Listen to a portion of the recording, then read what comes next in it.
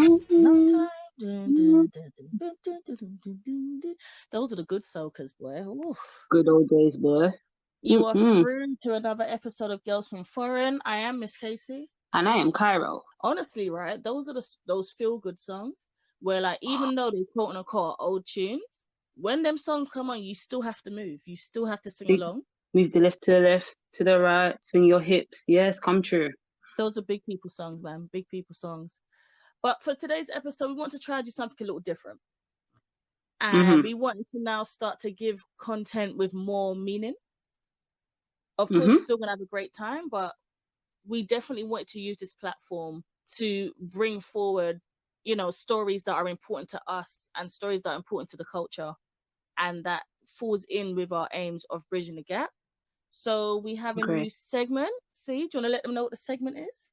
So the segment's called the Journey segment. And the purpose of this segment is to bridge the gap between back home and those in the foreign. Like most of us, we know bits and pieces about certain islands, but this segment is to give us more of an opportunity to get educated from those who have lived it firsthand and hear their stories and get them to explain to us what it's like, and also for us to remove the stigmas that we might have about that certain island as well, and say not everything we hear is exactly the truth about that island. I know one of the things for me personally that I was extra excited about with this segment is to actually be able to bring forward the stories of the people who have moved abroad and come over here, what it was like for them. Because I know there's this misconception sometimes that when you live in the West Indies and you go and live in a foreign country, all of a sudden your lifestyle gets amazingly better. So I think it's very important for us to actually highlight these stories, get a conversation going, get people involved, and then we all can hear that we have more in common than differences.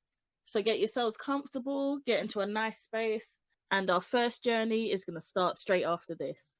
This land was a paradise, lush green hills and clear blue skies. Not because we covered with ash, we can't let we country die. So our first guest for the journey segment that we've been so excited about is Miss Heavenly Crystal, Miss Crystal Diamond, the one and only. First of all, thank you for agreeing to do this. Hello, good evening. Thank you for inviting me on your podcast. It's a great pleasure to be on here this evening, and it should be a great podcast. Well, you know, we don't have much rules here, so be as most fashion as you like. Well, that part of me, that has to come up when I'm kind of on a vex side or something. I mean, I've got a few brandies in my system, you know? Okay. I know for next time. So one of the first things we definitely wanted to do, because I know a bit about your story, but I thought it would be so amazing for everyone to just hear more about you and your journey. So I'm just going to start it off with, you know, just let the people know, what was it like growing up in Montserrat? Okay, so coming from like growing up in the Caribbean, especially Montserrat, as a lot of Caribbean people call it, small island, it was a great experience, to be honest with you. It's like you had no care in the world. It was, to me, it's like you could leave your house open and nobody would come into your house. Everyone raised everyone. Every children was raised by everyone in the community, kind of thing. So you, as a child, had to be so careful of what you did in the community, because you know if your mom and dad hear about it and it's not a good thing that you've done, you're gonna get a beating. So you're kind of scared of beatings back in the days when we were growing up. So you're trying to be good and be polite to every person. Remember to say good morning and good afternoon and good evening to everybody you pass, because you don't know who's going to run back and tell your mommy and daddy, say, listen, your child passed me, run and tell me good morning, you know. You need to put her from in place. You know? So would you still say you implement that now living in the UK? I do, because to be honest, when I first came to the UK, I honestly thought UK people were weird. I actually was going around saying, good morning, sir, good afternoon, ma'am, good evening, and nobody was responding to me. And I got frustrated. So one evening I went home and I said to my auntie, why are people so rude? She's like, what do you mean? Because I've been saying good morning and good evening to everybody, and it's like nobody now respond. A rudeness that. If I was to walk down the street in Montserrat, I didn't say good evening, I would get a beating for that. She goes, don't study them, they don't have no manners. It's me, okay. I just found they were rude because I think there's a common courtesy for you to, like, someone say good morning to you, you respond back. As that's how I grew up, and I expected it in this country, but that it wasn't so, boy. Did you originally want to come here? Pardon? Did you originally want to come here? No, I hated coming. I did not want to come here in the first place. I didn't even, first of all, my dad didn't even tell me I was coming. He told everybody else, but I was the last one to know. I knew we were coming to England on the day we were leaving Montserrat. That's how bad it was. Wow. No. So what day did you leave, if you remember, what day and year did you leave Montserrat to come to the UK? So basically, we came on the 4th of October, 1998. And before that, we had no school because the schools were used as shelters for those people who lost their homes due to the big explosion, the big volcanic explosion. So basically, during the summertime, we had no school due to the main reason that our schools, secondary schools, primary schools, were used for shelters for those residents that lost their homes in the southern part and the eastern part of the country. And so they were deciding, the government was still deciding when school was going to recommence and stuff like that. And in the meantime, I was working part-time with my godfather, who's a big contractor in the country. And I remembered it clearly. And on Friday, because we normally get paid on a Friday. And I remember going into the office and getting my paycheck, and my godfather said to me, "This will be your last paycheck." And I turned on him, I said to him, "But school not start yet. So what I mean by this is my last paycheck." He thought I knew I was coming to England. He goes, "But don't you know you're going to England?" I said, "Which part?" I goes, "What are you talking about?" I said to him, "I don't know nothing." He goes, "Well, you're going to England, my love." This is me. I first hear about this one. I never wanted to come. It's like, when I confronted my dad about it, my dad goes, "Oh, I didn't want to tell you because I knew what your reaction was going to be like. You're gonna kick up a stinking fuss about it, and you're gonna want to dig your heels in and say you want to stay." I goes, "Yeah, but I want to stay. Can't I just stay with my godparents? They're a respectable family in the community. Can't I just stay with them and finish school?" He goes, "No. Wherever I go, you must come." I cried. I literally cried. I cried. And when I came to England, my family up here thought I was dumb because I didn't speak to nobody for 3 months. What? What do you mean you don't speak? 3 months. Before you even get into that, Crystal, let me just walk the people through your journey real quick, because I want people to hear the story of where you tried to go when you found out that you had to come. So basically, when we actually packed up our little belongings, no, don't give out the gems yet. Before we get there, it is important that we also let the people know that on the 18th of July in 1995, there was a volcanic eruption in Montserrat. Mm-hmm. And because of this eruption, a lot of people lost their lives, a lot of people lost their home. And between the years of 1995 and 2000, 2/3 of the island's population was forced to leave the island due to this eruption, leaving less than 1,200 people on the island by 1997. Wow. So people need to just take in that for a moment. So as much as we're laughing, the reason why she had to leave was because of this event. So can you just take us through that particular day, if you remember it? Oh, I remember that. I remember that day till I die. Trust me on that. It's stamped on my body, on my heart, because I remember that day till I die. On that day, the 25th of July, 1997, we were at school practicing for graduation, and I was in the choir, at our school choir, so we were practicing for our songs for graduation day. And our teacher, I remembered her, Mrs. Jewell, may her soul rest in peace. She gave us a break and said to us, "Go have a break, rest your vocals, and come back in 20 minutes. So me and my friends were out chilling in the schoolyard. And next minute, my friend said to me, "Oh my God, look at my shirt." Now, there was our school, we wear a white shirt and a burgundy skirt. And she said to me, "Girl, look at my shirt." I'm like, "What?" She goes, "No, see it black. This is me." "Shut up, you're lying, man. Sure." When I looked at her shirt, eventually looked at her shirt was just literally black. I'm like, what the heck's wrong with your shirt? Your shirt was just white just a minute ago. Some just said to me, look up. When I looked up in the sky was pitch black. When I say, you couldn't see nothing. It was just pitch black. All I heard was thunder, this big heavy thunder. And I'm thinking, Lord Jesus, the whole roof is going to cave in. I looked to my right, and all I could see, all the teachers jumping in the car and disappearing. No care for the children, you know. They all jumped in the car. They like literally ran out of the schoolyard. And I'm there fretting now, thinking, I'm there fretting, thinking, how the heck am I getting on? But then in panic, I just realized I live around the corner so I can walk home.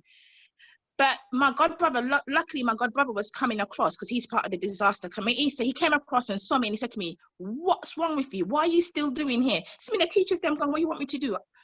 I don't know where to turn. He goes, come, let's go.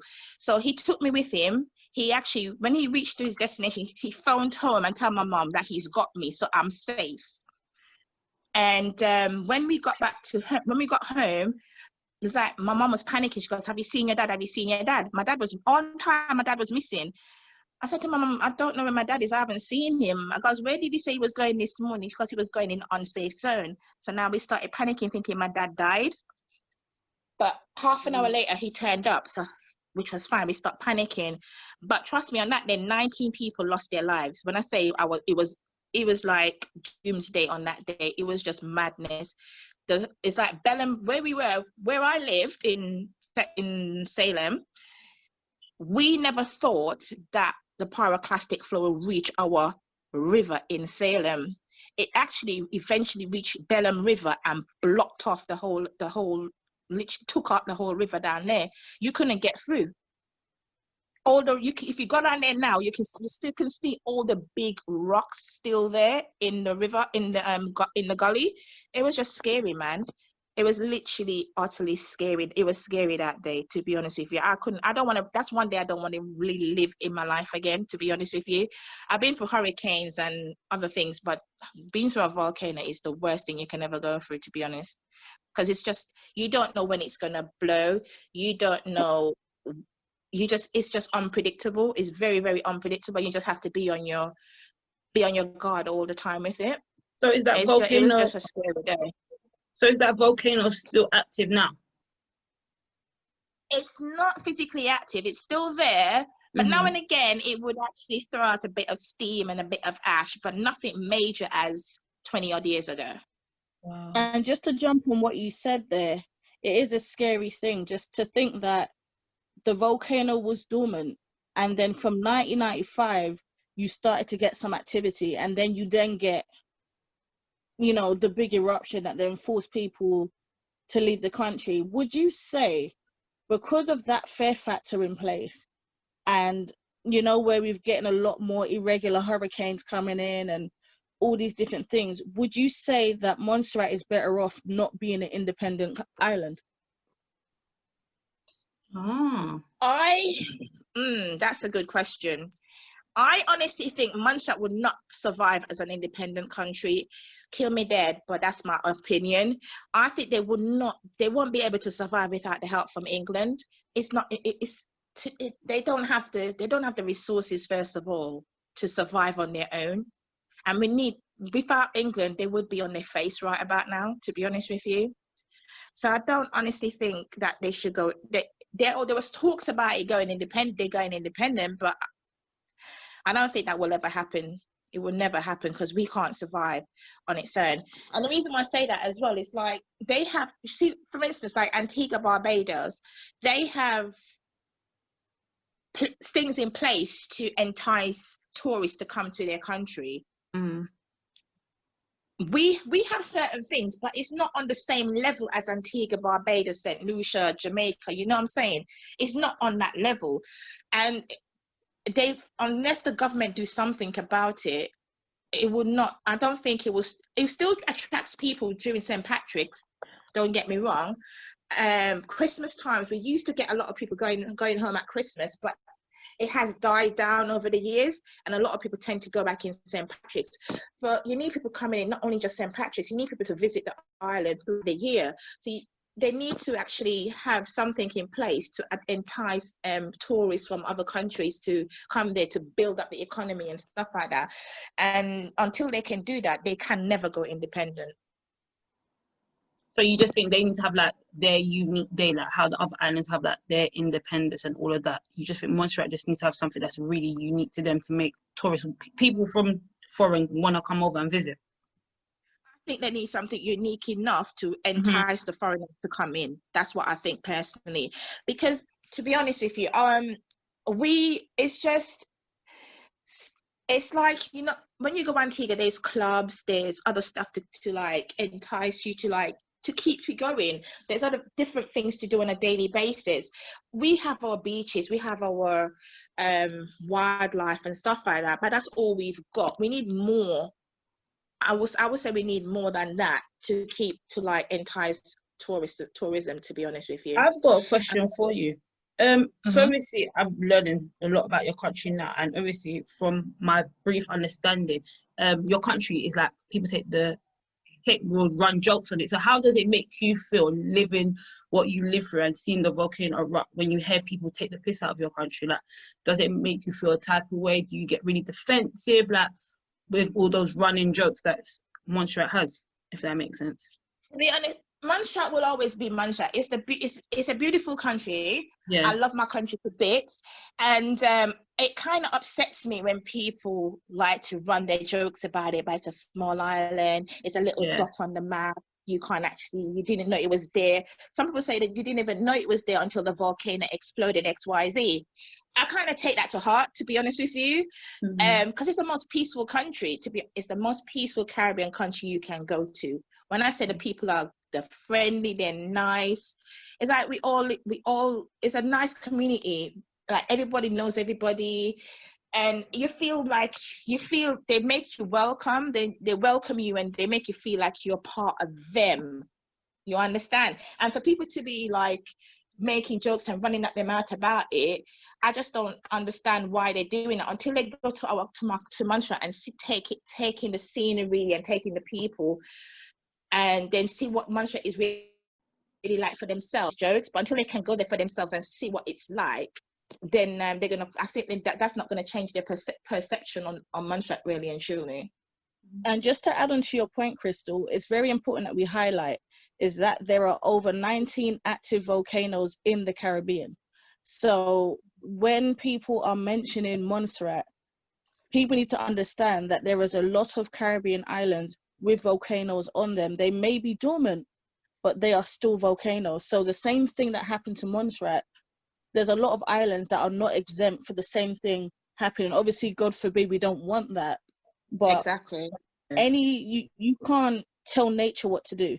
So, for example, Martinique has a volcano, Guadeloupe, St. Vincent, St. Kitts. Yeah, they do. Name a few. So many other. I think doesn't Dominica have one as well? Dominica has, Grenada has. There's so many other islands with volcanoes on them.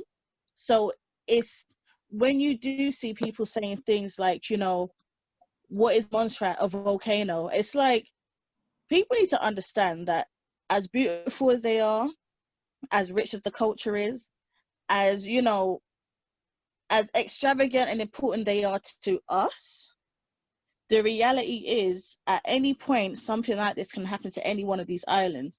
And in terms of when we look at the money that's actually flowing back into the West Indies to help with these situations, even when you look at what happened with last year's hurricanes and how when these natural disasters happen, like that's when everyone should be coming together. Yeah, not ripping each other. That's when everyone should be coming together, especially when you're seeing beautiful islands like Dominica getting affected so bad by hurricanes and things like that. This is the time where everybody should be forming as a unit. So for me personally, the volcano jokes for Montserrat, they're not funny because that same volcano thing can happen in all these other islands. It certainly can. But the thing is, it's like we actually had a good backlash from Antigua regarding it as well, and Antigua still treat us like we're a piece of dirt on their shoe. we still have a fight when we come through Antigua just to get over to Montserrat, and I just don't understand why they treat us like that. But it is what it is, you know.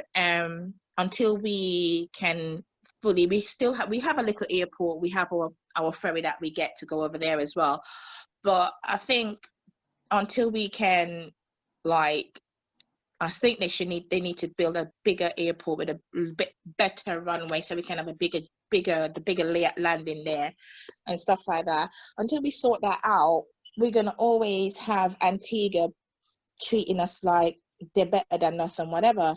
But like I said, it's a little gem on the Caribbean island. It's a little gem, and until you go there and see it for yourself, you won't actually appreciate how the beauty of it and the beauty of it and the how wonderful the people there are. You understand? We have like a mixture of culture there. We have Haitians there, we have Jamaicans there now, we have Guyanese been living there before the volcano. Let's get it right. Guyanese we have been living on the island before the volcano has erupted. Recently, Jamaicans just started coming over there. We have Haitians, Santo Domingans, we have Dominicans over there. We have a mixture, and we now have doctors from Ghana, Nigeria. We have a mixture of cultures there now. So everyone's gravitating to Montserrat. So even Irish people are now settling there. They bought houses down there. People who fled and decided they weren't coming back to Montserrat sold their houses. A lot of English people, a lot of French people, a lot of Irish people are there now. So it's a mixture. It's a mixture of people on the country. We have the Indians there as well. They own most of the supermarkets on the country. So it's a beautiful island. So you need to go over and have a. Would you go back home and live there? I would, but not at this. I will go back home when I retire. As a young person, I don't think I would actually be able to cope and live there.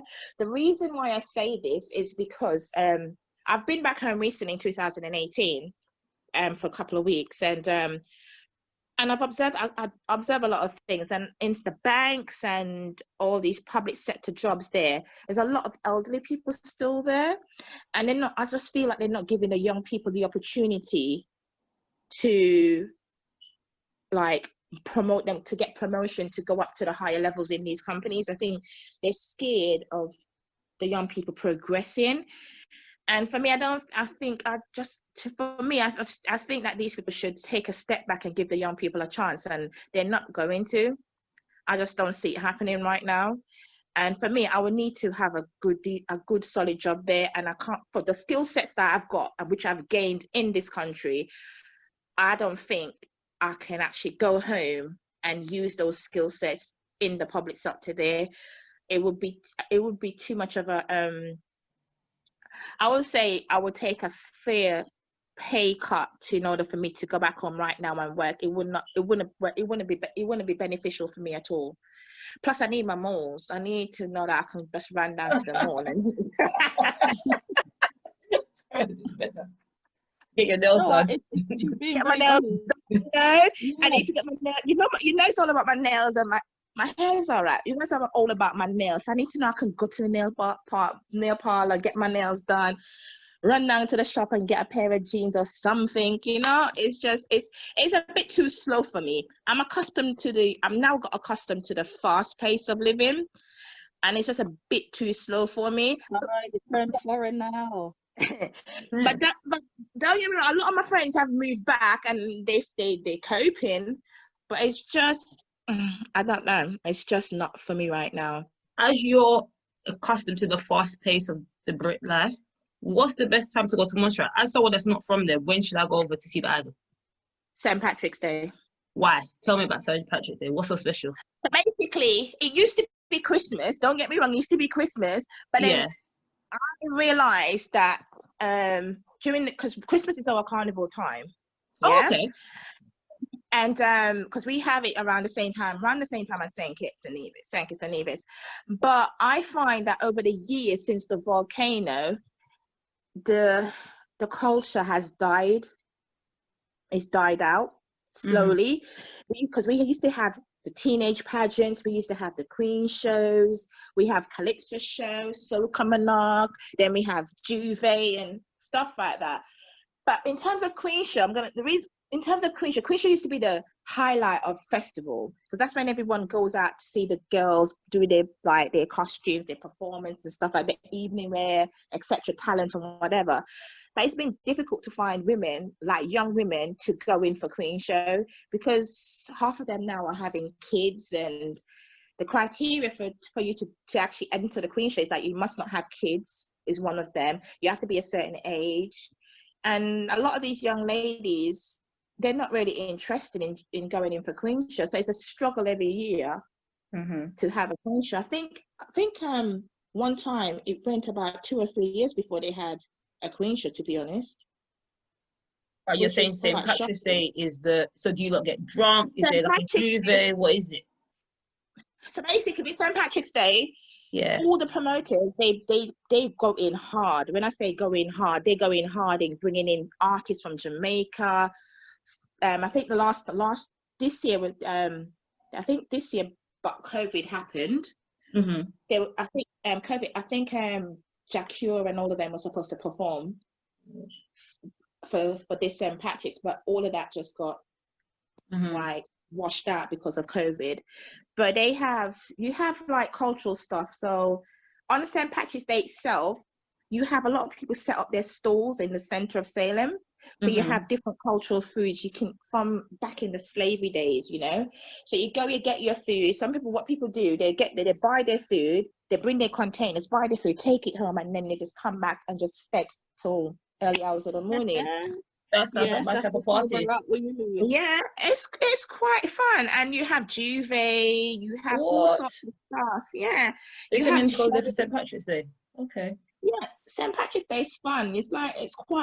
They put on a lot for St. Patrick's Day. When I say you got pool parties, you got everything going on. You have white fete, you have listen. So would you say you have a big, because St. Patrick's Day, when I think of that, I think of Ireland. So would you say there's a lot of Irish who've kind of brought that culture over there, and you lot have just embraced it and just taken it to the next level? No, what it is basically, through the history of Montserrat, we celebrate St. Patrick's Day due to basically the Irish were settled on it way back before I was born. Okay. And I think that's when the slaves on that day the slaves actually broke, right? They were set free, or they broke, I think they were set free or something like that today. I can't remember exactly what. But since that day, we celebrated St. Patrick's Day, and it's been a big thing. From when I was a little girl, it's been a big thing. And it's like we don't work on that day. It's a public holiday in our country. Oh, wow. It's a public holiday, so no one works on St. Patrick's Day. Everywhere is shut. And I'm telling you, everywhere is shut. So you better get you got anything to get from the supermarkets, try get that before St. Patrick's Day, because nowhere ain't opening. Well, it's a big holiday, and everyone takes pride in it. You dress up. Some of the people dress up in their national colors and stuff like that. So it's green, white, and orange. They go all out. When I say they go all out, they go all out for St. Patrick's Day. It used to be Christmas, but now they're more promoting for St. Patrick's Day. I don't know why, but it's a big thing. I was doing my fact checks because I like to learn. And it says the Irish were some of Montserrat's earliest settlers, and on St. Patrick's Day in 1768, the African slaves on the island planned an uprising. Yeah, they did a plan uprising on, and that's now become a 10-day festival to honor the rebellion and celebrate the island's history. So this is another example of how us as a people always find a way to put a positive out of a negative situation. So St. Patrick's Day now, when you see it, everyone's having a great time. Everyone's, like Crystal said, at the pool parties and at the limes and all of these things. And they're not just going outside to go outside. It actually came from something worth celebrating. That's true. That is true. And it's like 2 weeks. It's not even 10 days. You call it 2 weeks spec.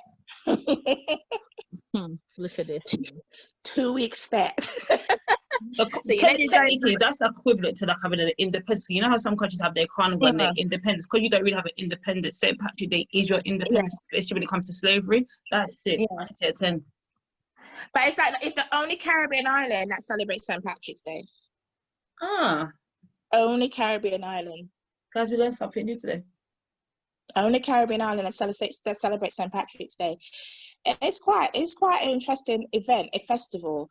It's quite good because everybody comes down from America, Canada, America, England. They all come down. Those from Montserrat that lives in diaspora, they all make the effort to go home for St. Patrick's Day. So if you have a house down there and you're not using it, you make money because you just rent out your house and you make your money. So I've got one more question for you, Crystal, before we close up our segment.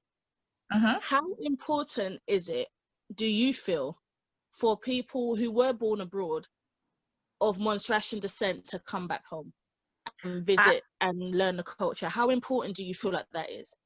I'm glad you asked that question.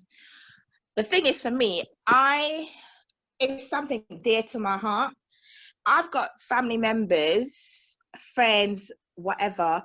They have never been home to see where they come from. And it hurts me that they go to other Caribbean islands and neglect where their mother and father come from. It burns me to see they do that. I honestly think that you need to go and see exactly where your roots are from. So you can tell your grandchildren, your great-grandchildren, say, yeah, I wasn't born there, but I've been home, and I know exactly where my mom and dad came from. Ask some of them where their mom and dad, have they been home? No, they haven't. And they can't tell you nothing about their country because they're not interested. They're more interested in other Caribbean islands. For example, they're more interested in going to Jamaica, St. Lucia, XYZ. But to go home to where their parents are from, they're not interested in doing that. And I find that very very heartbreaking. And they should actually take more interest in where they come from and don't forget where they come from. Although they weren't born there, but they need to actually go back and see exactly where their parents grew up and get a bit of their family history. Because I know for me personally, Montserrat was definitely, I was supposed to go for St. Patrick's Day coming up, but of course we got COVID. I know for me, Montserrat was one of the islands that I definitely wanted to go and, actually be able to experience, the island and my family and get to see, where that side of my heritage started from and all of that. Obviously, because of certain circumstances, I was waiting for, different family members. Yeah, we're gonna go. We never end up going, but it's definitely on my list of places to see. Like, I'm very connected with my Bajan side of the family. I'm always in Barbados, so Montserrat's definitely on my list. And for the people who are also listening who have family abroad and they've never gone to visit or anything like that, get on that flight, because the same way you can go online and see there's carnival in Trinidad and you get on the plane, go back home, see your family, take in that whole journey. And actually, when I do go Montserrat, I definitely want to do a Girls from Foreign podcast episode out there and do my whole journey of meeting the family members that would have never met me, the ones that never came to the UK. So that's true. I just think that I don't get me wrong, visit other islands, fair enough, but go back where your roots have started. Go and see where your roots have started from. That's my main thing to people out there. If your mum and dad or parents are from Montserrat, St. Kitts and Nevis, or whatever your parents are from, just go take a flight. It's an 8-hour flight. You can pay down every month on the flight. If you don't have the money to buy the ticket up front there and then, some travel agents allow you to pay down every month on your flight. Get the flight, get on that plane and go and see exactly where your parents have come from. Take in the culture, experience it, because you will regret it one day. Trust me. If you never been, trust me, you'll regret it. And I know I said the last question was my last, but I had one more. So with you saying that, how do you feel when you see those who weren't born in Montserrat but of Montserratian descent waving the flag, repping, and really being patriotic? How does that make you feel? It made me feel good, but then I would actually say to them, sometimes it makes me feel good that they're repping their country where they come. Don't get me wrong, but I just feel in my heart of hearts, I just feel that if you haven't been, you need to go, and so you can know why you're repping for your country. You can know what you're repping, why you're raising that flag and flying that flag for your country. You understand? Because it's all right, you're repping your country on the streets in carnival and that, but then someone asks you, oh, what certain things about your country, and you can't answer it. You're just gonna look like an idiot, because you're just gonna, like, if you don't know, you need to know some certain things about your culture. I just feel if you don't know certain things about your culture, then there's no point you repping your country if you don't know where you come from. That's just my point of view on it. And I think that's the best way to end this segment.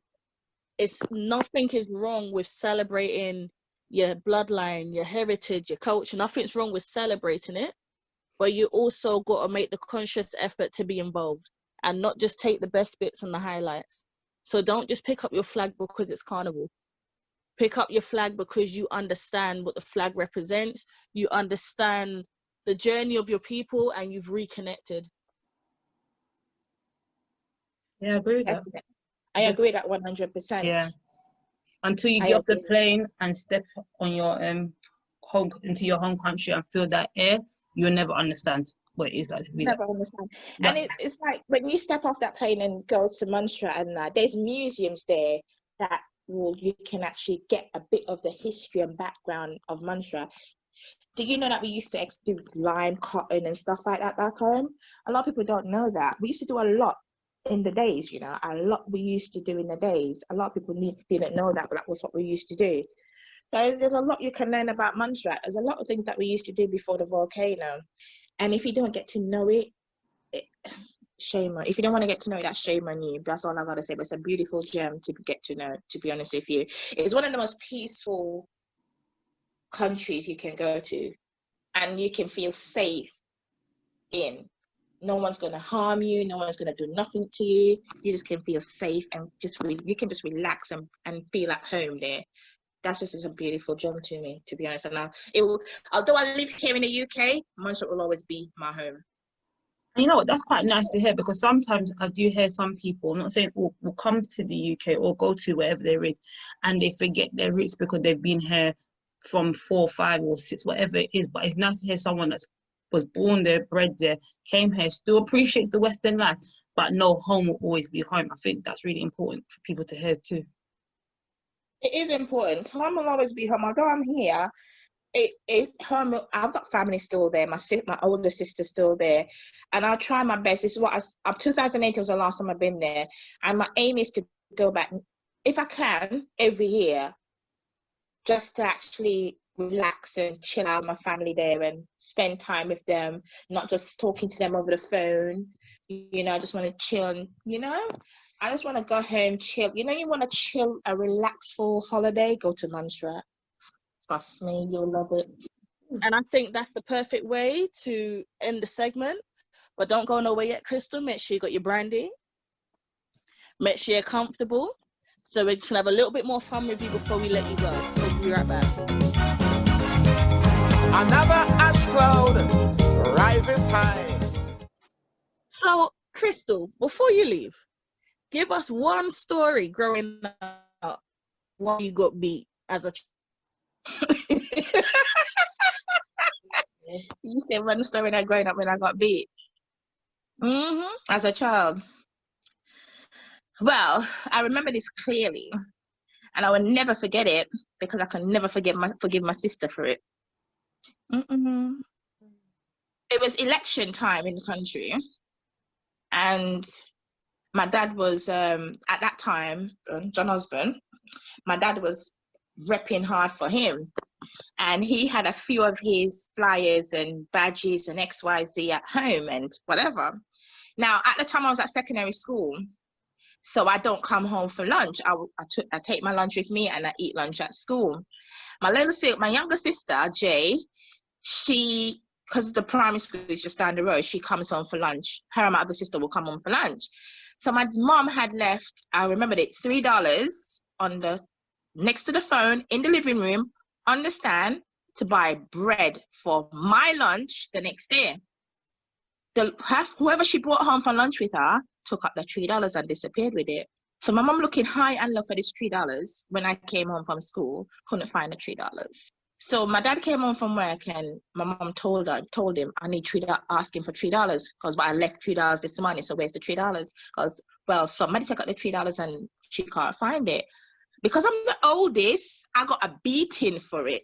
I got a rotted beating. And when my sister went to school the next day, she asked her friend, because she knew it wasn't me, but she couldn't say nothing because my dad was already beating me. So she went to school and said to my friend, listen, my sister got a rotted beating for you, you know. Did you take up my $3 for thingy? Her friend goes, yeah, I did. I goes, well, you better come and apologize for my sister because my sister bust your face. So she came home for lunch, and then my mom said to her, listen, she said to my mom, sorry, but I took the $3. My mom said, don't come back to my house again. But my dad come in, my dad had to apologize. My dad apologized here. My back all literally cut up. When I say cut up, my back was cut up. Slavery beats they give you, boy. Jesus. My back was cut. When I say cut, I'm like, really, Daddy? And he come and apologize to me, really? But I told you I didn't take the $3. He goes, but. I goes, no, but I was at school the time when the $3 went missing. I was at school. My school don't finish till 2:30 the afternoon. And you're telling me I run out of school and come home and take out the $3 and go back to school? You must have, man. I was pissed that day. I was like, no, I'm not even sorry in the world can make him make up for what he did, because he never believed me. And the fact that he didn't believe the fact that I didn't take the $3 hurt me. And I still remind him about it, you know, because remember the day you beat me for the $3? So every time in your house when someone says bread, there's flashbacks. There's flashbacks, yes, to that $3. Yeah. And I just remember, I said to my dad, like, do you remember the day you beat me senselessly for the $3 that went missing for the bread? He's like, you still remember that to me? Yes, because it hurt me. It hurt me that you didn't believe me. It hurt. You beat me for something I did not do. Because I'm the oldest, you beat me because I was supposed. No, it doesn't work like that. Don't be the oldest child. You always try to be the last and the middle child, because the oldest child always gets abused. Amen to that. Before we trigger Cairo about being the oldest, amen. I'm gonna round off the episode there because I already know. For the minute you said oldest, I already know what she's gonna say. No, so the oldest always get the blame for everything. The little ones, them always get away with it, but the oldest always get the blame. Amen to that. So I'm gonna say. Well, you know, as someone who is the youngest, I would like to say thank you so much for coming on Girls on Forum. This is officially episode 3, and this is a journey segment. So just like Crystal's story, we're going to be sharing so many other stories from so many different islands. And really, we just want to highlight that we are all one. And we are literally just the siblings, the cousins, and the children of the people of your family members that have moved abroad. That's it. Make sure you get involved in the conversation. We want to hear what you have to say. If you've got a story you want to share as well, reach out to us. So remember, we are on Instagram at Girls from Foreign, and we are on Twitter at GFF_POD. That's GFF_POD. Also, make sure you use the hashtag Girls from Foreign, hashtag Journey Segment, and let's just keep the conversation going. We look forward to hearing from you. And if you want us to share your story, but you're not confident enough, or you don't really want your name attached to the story, you can just send it to us through email, girlsfromforeign@gmail.com. Let's go on one day at a time.